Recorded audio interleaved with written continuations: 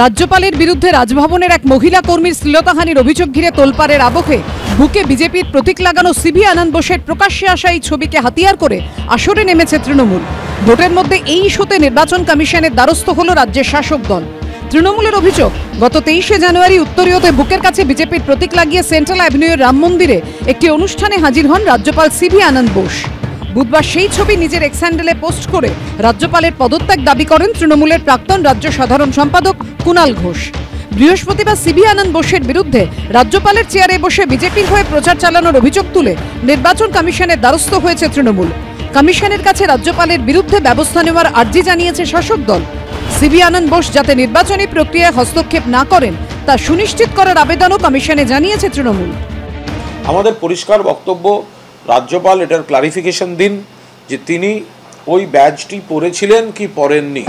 যদি পরে থাকেন এবং সেটা যদি তার রাজ্যপাল পদের সময় ওই ছবিটি হয়, সেক্ষেত্রে তার 1 মিনিট রাজ্যপাল পদে থাকার নৈতিক অধিকার নেই, তার ইস্তফা দেওয়া উচিত। অন্যদিকে নির্বাচন কমিশনেরও এক্ষেত্রে ব্যবস্থা নেওয়া উচিত।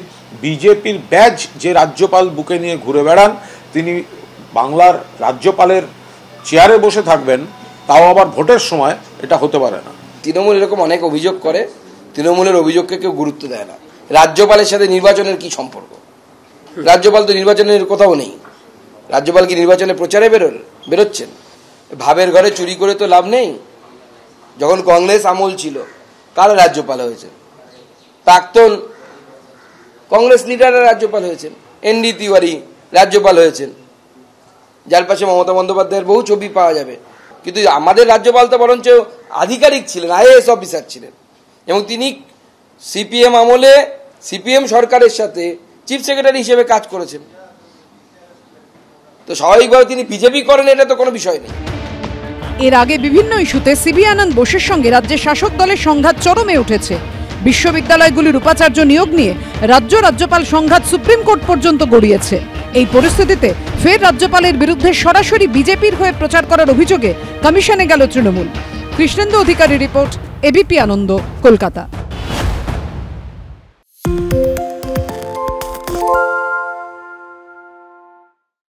সত্য অন্তহীন, সত্যের খোঁজও তাই, সত্য সন্ধানে তাই আমরা অক্লান্ত, অকুতভয়। এবিপি আনন্দ নতুন ভাবনার প্রতীক, যা মনে মুক্ত, তথ্যে যুক্ত এবং যাবতীয় সীমানার বাঁধন থেকে মুক্ত। সীমা না শব্দটির মধ্যে লুকিয়ে আছে মানা শব্দটি, যেন চোখ রাঙানি এক অদৃশ্য বেড়াজাল, যা আটকে রাখে আমাদের এক ছোট্ট গণ্ডির মধ্যে। একমাত্র সঠিক খবরই গড়ে তুলবে এক মুক্ত সমাজ। সেই জগৎ গড়ার লক্ষ্যে কোনো সীমানার ঠুকুটি আমরা মানব না। এবিপি আনন্দ এগিয়ে থাকে, এগিয়ে রাখে।